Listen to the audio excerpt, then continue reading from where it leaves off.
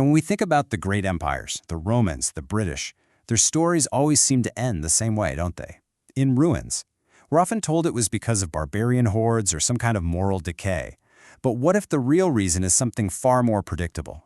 What if it's a cycle, almost like a law of physics, that's been repeating for centuries, hiding in plain sight? So, why do they fall? This isn't just a question for a history class. It's one of the great puzzles of civilization. For ages, people have pointed to these big, dramatic causes. A single devastating war, a plague, a really bad leader. But honestly, when you step back and look at the whole historical record, a very different picture starts to emerge. The real cause, it turns out, isn't usually some big shock from the outside. It's much quieter. It's an internal mechanism, a predictable process that gets going long before the final spectacular collapse. It's a story of how success itself plants the seeds of its own destruction.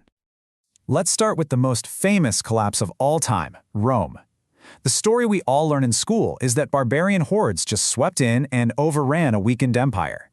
But that's really just the final scene of a much, much longer tragedy. The truth is, those invaders didn't topple a healthy, thriving empire. They were basically just kicking in the door of a house that was already crumbling from within. And this brings us to this really powerful idea from an anthropologist named Joseph Tainter.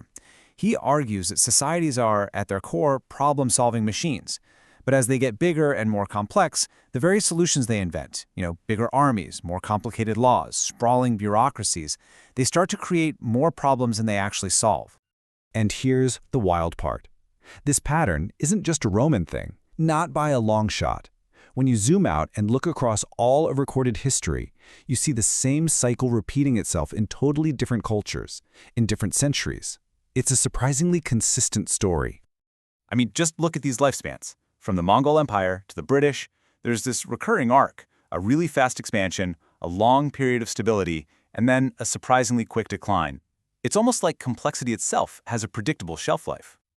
So what do we actually mean by collapse here? Well, according to Tainter, it's not just a slow, gentle fade into obscurity. It's a rapid and dramatic loss of that complexity. Think of it as a society hitting the emergency reset button, and fast. Bureaucracies just dissolve, trade routes vanish, and specialized knowledge gets forgotten. So what's driving all this? The engine of this whole cycle is a basic concept from economics: diminishing returns. In the beginning, when an empire is young, adding a little complexity, like building new roads or creating a legal system, gives you a massive return on your investment. But over time, each new layer of bureaucracy costs more and delivers less, until you reach a point where the entire system is burning all its energy just to keep itself from falling apart.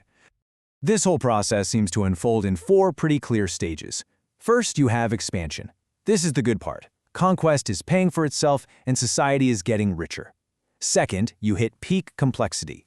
The empire is mature, but the costs of running the place and defending the borders are getting enormous. Third, and this is the crucial turning point, is overextension. This is where the system starts costing more to maintain than it produces. And that leads, inevitably, to stage 4, collapse. Okay, so let's make this real. Let's take this 4-stage model and apply it directly to the Roman Empire to see how it plays out in the real world. Because this isn't just some abstract theory. It's a framework that lines up shockingly well with historical evidence. And here you can see it laid out plain as day. We can map Rome's entire history onto our 4 stages. Expansion was fueled by conquest, which led to the peak complexity of the famous Pax Romana. But then you hit the crisis of the 3rd century, a textbook period of overextension. This just shows that the long process of internal decay set the stage for the final collapse way in advance. And if you want the smoking gun, here's some hard data. When Rome couldn't afford its massive military and bureaucracy anymore, it started, cheating. It started debasing its currency, literally melting down silver coins and mixing them with cheaper metals. You can just watch the silver content of their main coin, the denarius, plummet from 95% all the way down to just 5%.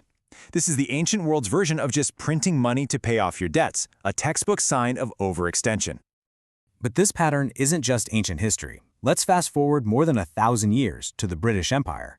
We see the exact same 4 stages play out.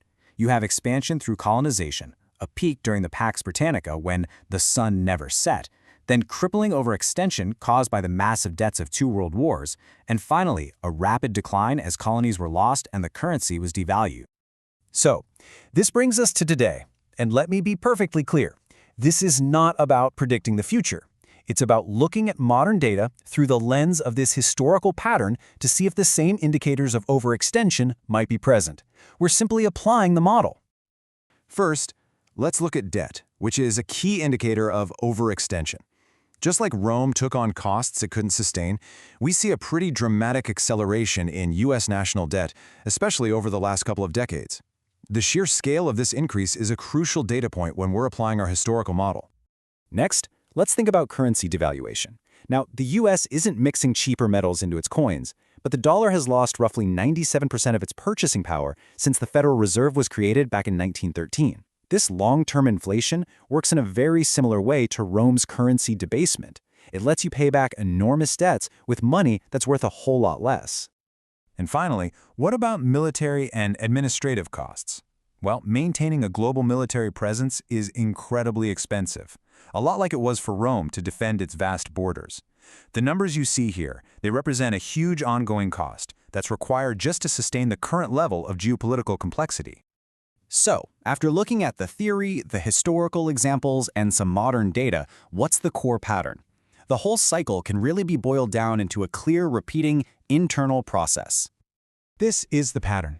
It begins with expansion that just becomes unsustainable. Then, debt is used to paper over the cracks. The currency is devalued to manage that debt, and eventually, the system becomes so costly and inefficient that the people lose faith in it, and the whole structure begins to fragment.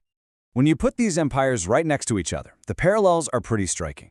For Rome, the key sign of overextension was its currency collapsing. For Britain, it was war debt. For the United States today, the most prominent data point is the national debt.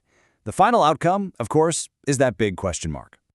And this is the ultimate question this historical pattern leaves us with. It's not about predicting doom and gloom, but about recognizing these powerful forces that have shaped history time and time again.